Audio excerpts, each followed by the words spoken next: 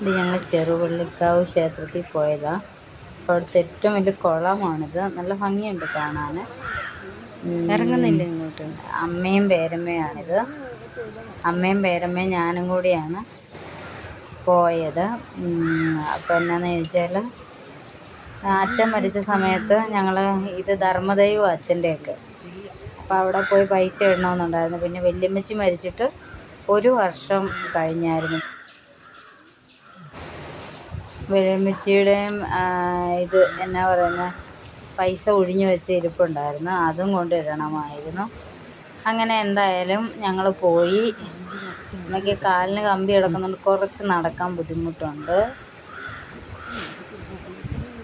എന്നാലും ഞങ്ങൾ പോയി തൊഴുത്. അപ്പാണ് അവിടെ അന്നദാനം കൊടുക്കുന്നത് അറിഞ്ഞത്. അതൊരു മഹാഭാഗ്യമായിട്ട് തന്നെ കാണുന്നു. അങ്ങനെ ഞങ്ങൾ 3 പോയി ഭക്ഷണം കഴിച്ചു. പായസം ഉണ്ടായിരുന്നു. വളരെ സന്തോഷം. എല്ലാവർക്കും നല്ലത് വരുത്തട്ടെ.